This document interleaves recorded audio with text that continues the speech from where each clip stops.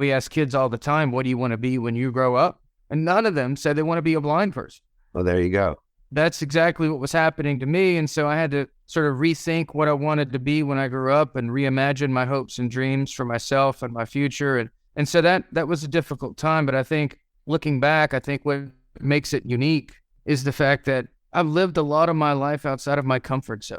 You know, that whole process that I just talked about was really uncomfortable. When you're young and bouncing off of things physically, that's uncomfortable. When you're in high school and not able to do things at night that you would like to do socially, that's uncomfortable. When you go completely blind in college and have to give up your self-identity, psychologically, emotionally, that's uncomfortable. But the thing that I'll say that has been more of a gift to me than I would have hazarded to guess at that time.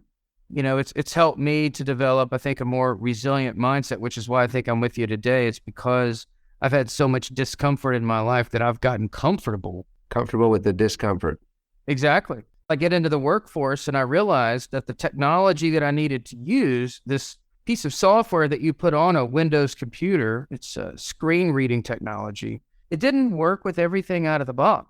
So you couldn't just log into a company system and expect it to work with everything. There were some obstacles depending on how the software developers designed the application. And I learned this pretty quickly. I was working at this top consulting firm in the tech space, and my timesheet, something that's very important to a consultant. Here are all my job codes, project codes where I need to bill myself across different clients. That didn't work with my technology. So literally, 2 weeks after graduating college and thinking, all right, I've cleared a hurdle, I realized that, the journey was just beginning. And so not really being able to do my job at that point, I knew that had a couple of options. Option number one was to have them hire somebody to come in and figure out how to write code to build a bridge between these two software programs.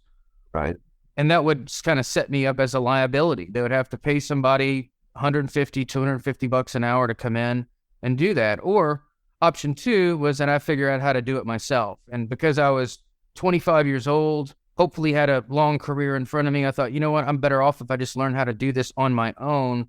That way, instead of being a liability, I can be an asset and I don't have to rely on anybody else. So I sat down and started figuring out how to write code so that I could engineer my software without even being able to see my computer screen. I put some code together that was a hack for me to use that timesheet program that I mentioned. But within a few years, I was getting so good at it that I had people seeking me out. I started doing it professionally, moonlighting a little bit, doing that, created a consulting company.